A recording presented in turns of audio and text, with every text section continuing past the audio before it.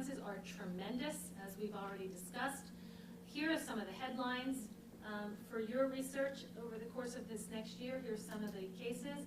But I want to share with you some of the things that didn't make the headlines. Where the campus culture is, there are no consequences. Even if I tell, nothing's going to happen. Where we don't fix the problem, we just let it go. Where we allow repeat offenders to walk, especially if they're athletes. Where it's too hard to tell because I'm getting bounced all over the place. And where we sweep it under the rug. So, behind... So you're the one that bought that. I should put the proper the credit. Price. I am a lawyer. I should put the proper credit on that. The price. So below the surface of the walls of these mighty institutions are complainants and accused feeling like the scream. Here are the constituencies of concern, not just the students, but parents, but staff, administrators, faculties, boards, the community at large, law enforcement, child protective services, the media, and administrative authorities. All of these will have some role in the case depending on what the facts are, and many of these in every case.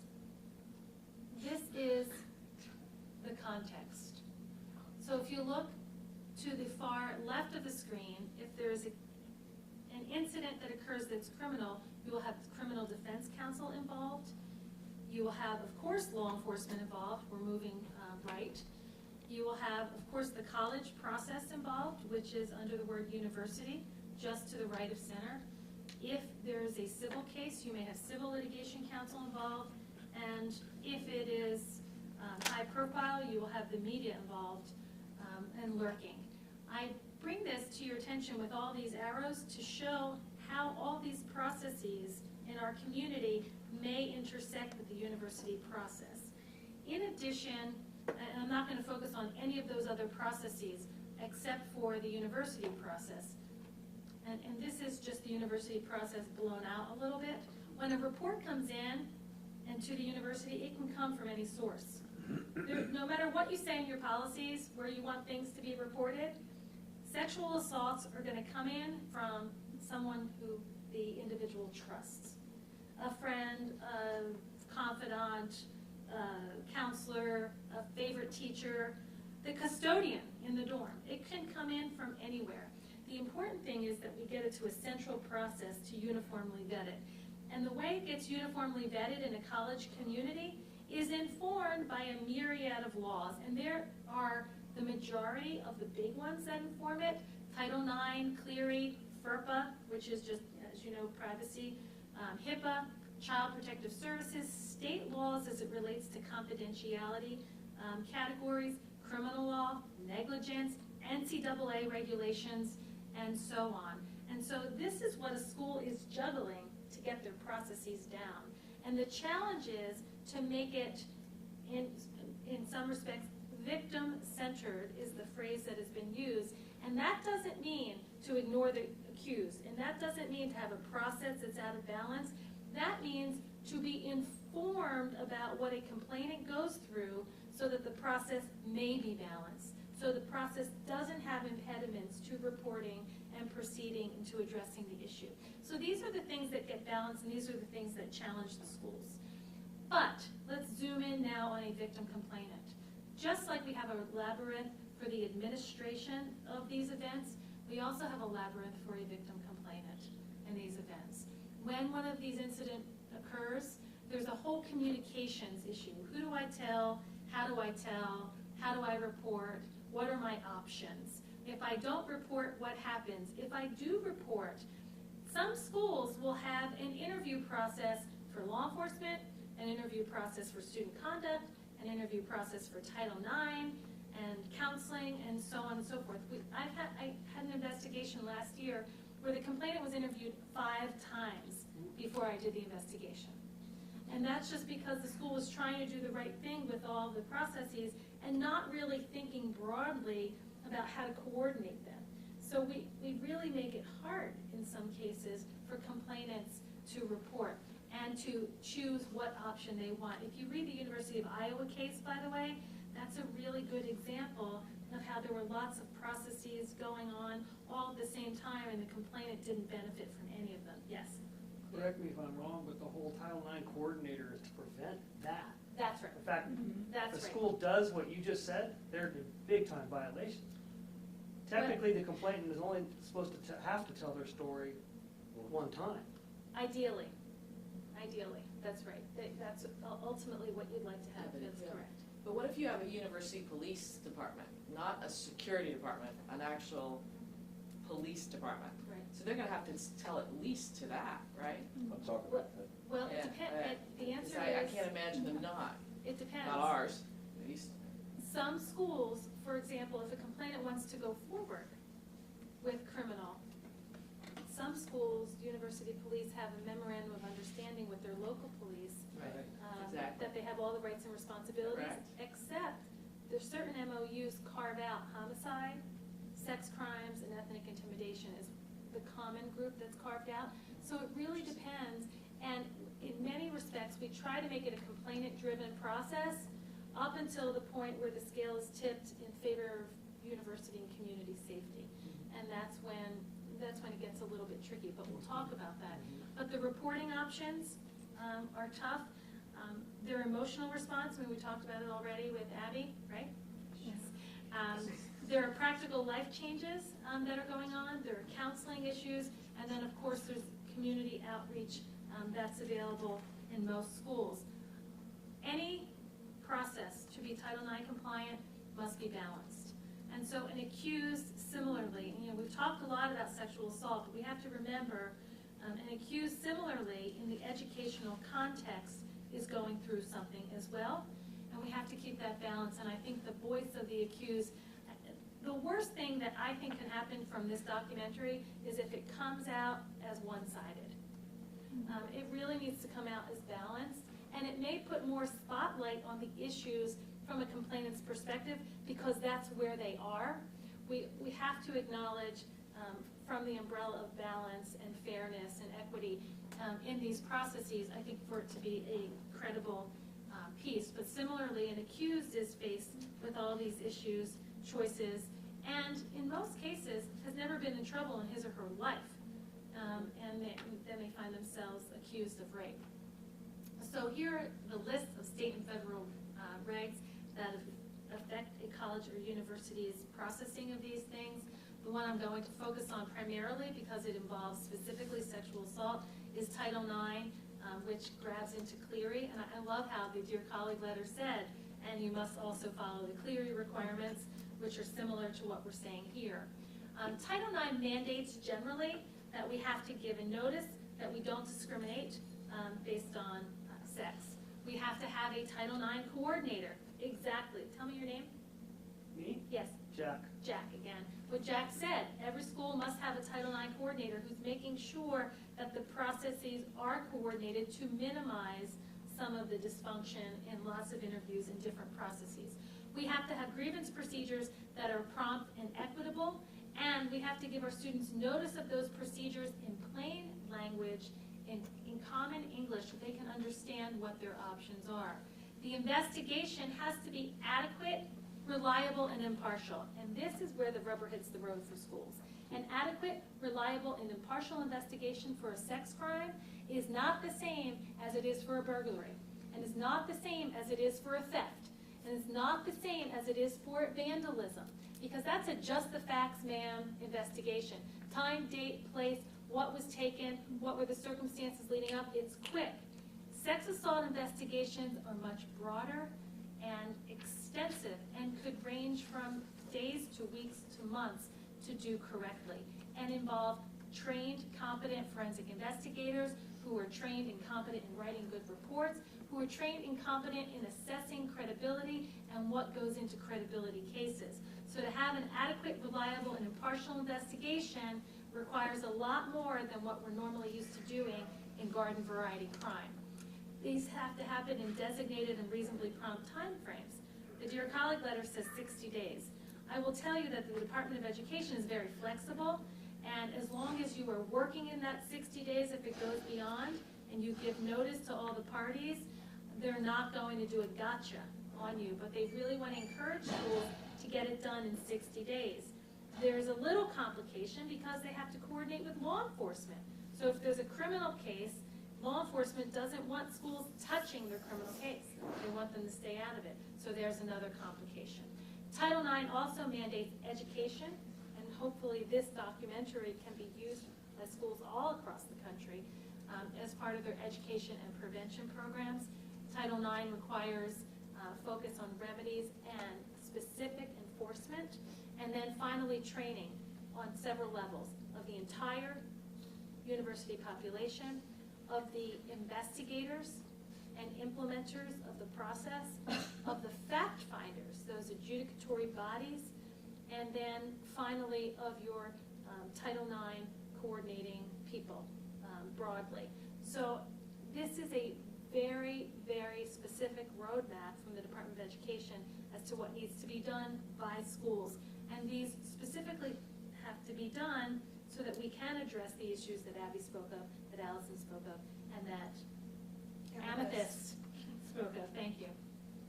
So I'm not going to talk any more about Title IX. I think you know what it is.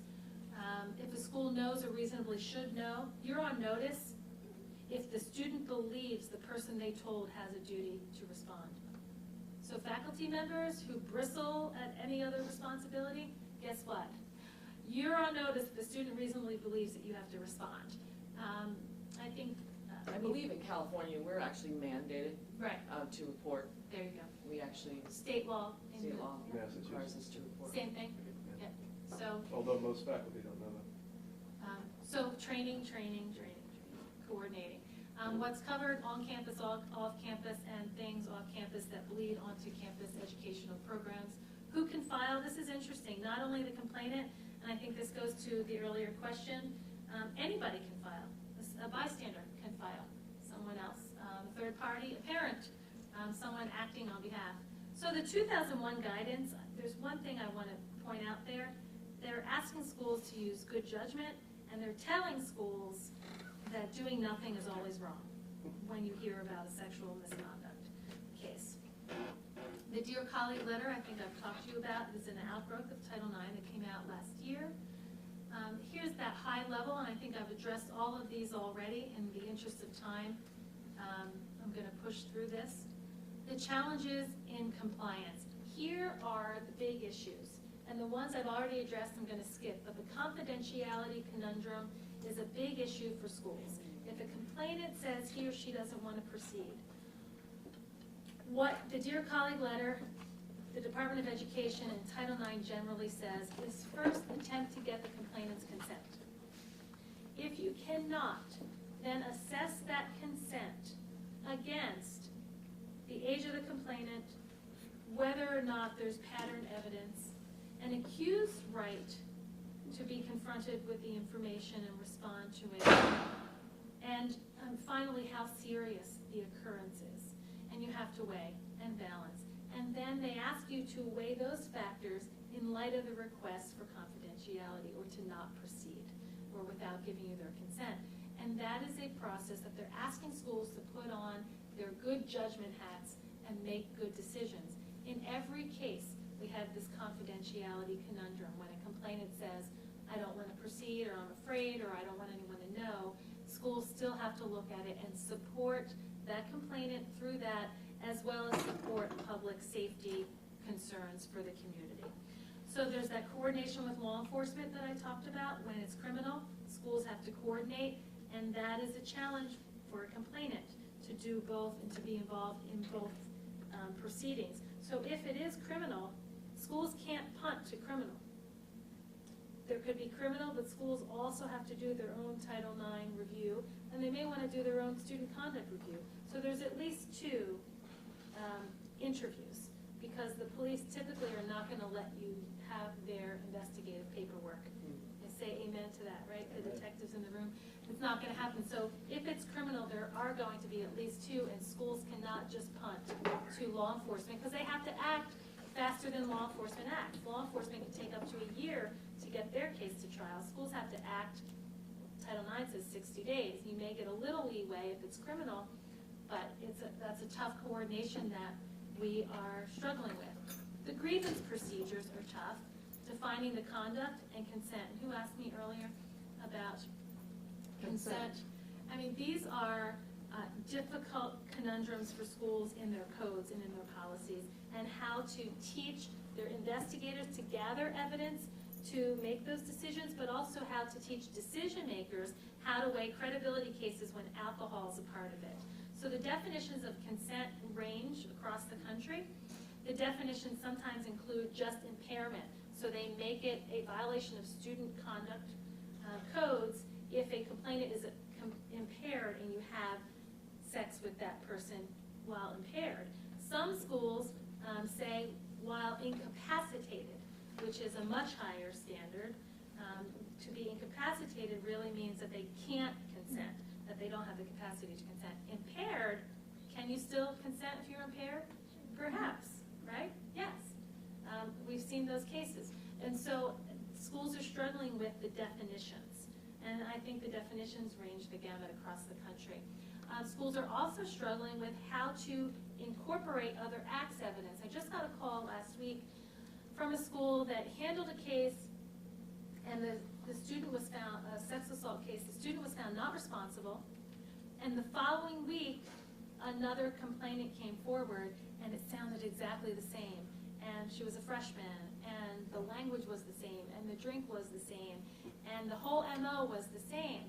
So they said, well, what should we do with this one where he was found not responsible? Isn't that double jeopardy? And the answer is no.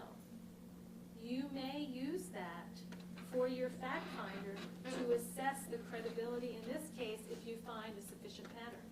And so schools struggle with that because the knee-jerk reaction is, it's not fair.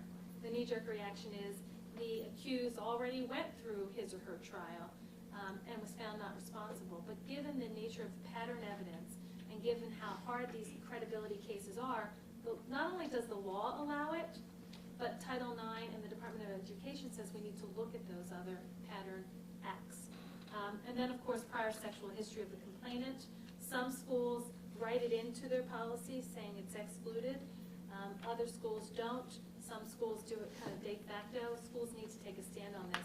The prior sexual history should not come in, consistent with what we know about rape shield laws, except if it goes to the defense of consent and it's prior sexual contact with the accused. That's very different than rape shield prohibitions. And so schools are struggling with that. And if it's not clearly in the policy, it could serve as a barrier for a complainant to come forward because he or she may be afraid. Yes. Gina, are you close to wrapping? Yes. Yes. Nothing personal. Sorry, it's not personal at all. Okay, this is the end. The challenges of a credibility case. Remember I said to do a credibility case, you really have to have a good investigation. These are the factors that you consider, and the only way you gather these factors is through a robust investigation. Our incident response and management need to be somewhere between sweeping it under the rug and fully confessing it. The mechanics are what's a challenge. We can understand Title IX. We can write good policies. We're in academia. But the mechanics of putting one foot in front of another is what challenges schools. Because incidents can come in from anywhere, we need to get them to a central process. If I leave you with nothing else for this, this is what a good flow looks like with an incident. You can't see it? Okay, sorry. So it's a single point of contact, which is typically a Title IX coordinator. You could turn the lights out and we'll see it, I think, Okay. over on the walls. Okay. Is that better? Just look at the middle switch. There you go. Is that good? Mm-hmm. So a single point of contact, some schools have it as the Title IX coordinator, but when it comes in, we want to funnel it all there. Because remember, it can come in from anywhere. We get that initial incident report filed to get into the central process. So here's the central process. From there, schools have obligations.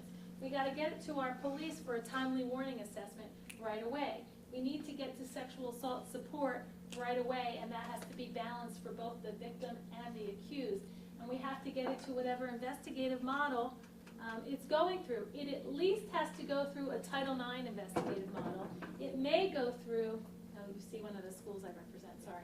It may go through the school's policy, or it may go through internal or external law enforcement, but at least has to go through the Title IX lens to assess.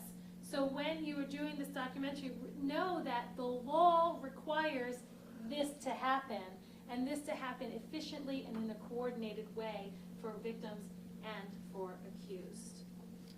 So here are the lessons that we've learned. I've already talked about it. Here's my visual of what a good solution is.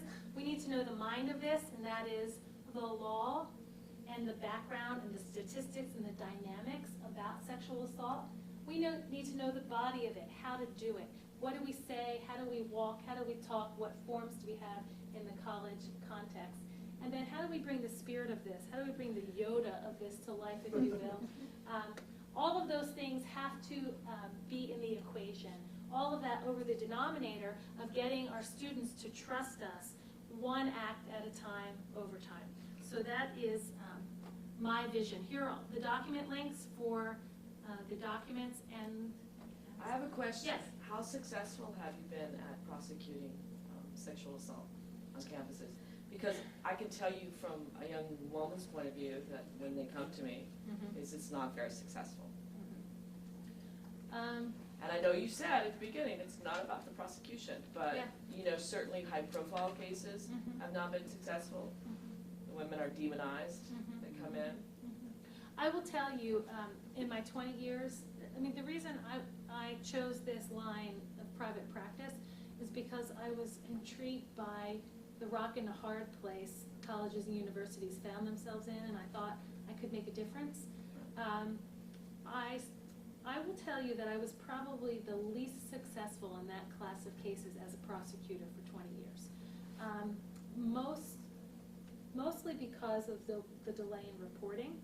I truly believed, and I put on cases that I felt that there was circumstantial evidence of receiving a date rape drug, but I had no analysis and no physical evidence of that. Yet when a complainant says, I felt like I was outside of myself, and I would wake up and I had snapshots of memory, and my body felt like this, and I was thinking this, and I heard this, and I just knew that there was circumstantial evidence from cases where I knew Rohypnol was found. Those are hard cases.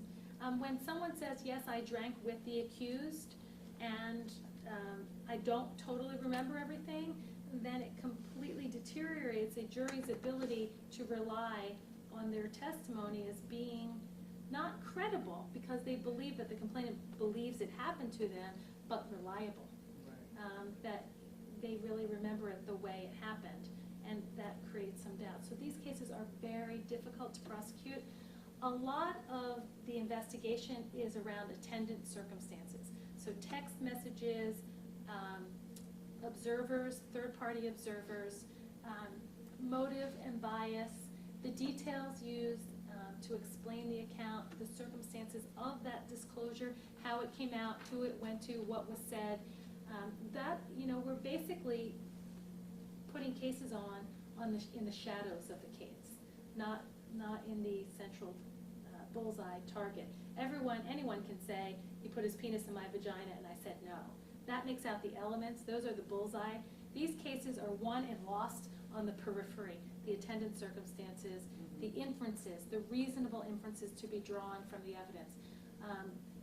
I would say that our conviction rates typically run around 80% in most cases. I think it's a little bit lower in the college and university type case.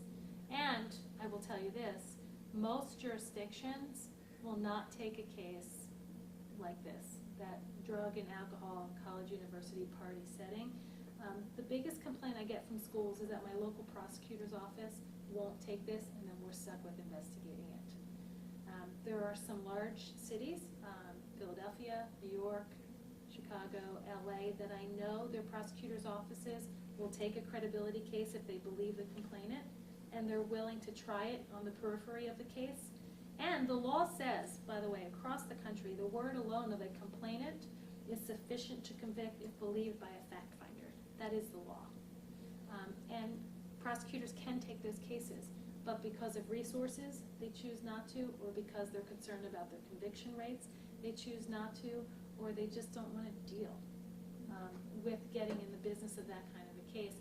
And they also know that they have you in colleges and universities that have to deal. And so it's a difficult problem, but I do think that if prosecutors' offices won't take it, we're stuck with handling it. And I think we can do it, and I think we're getting closer to doing it. Lots of schools are hiring trained educators and trained investigators in these issues. So, Thank you. thank you. Thank you. Sorry.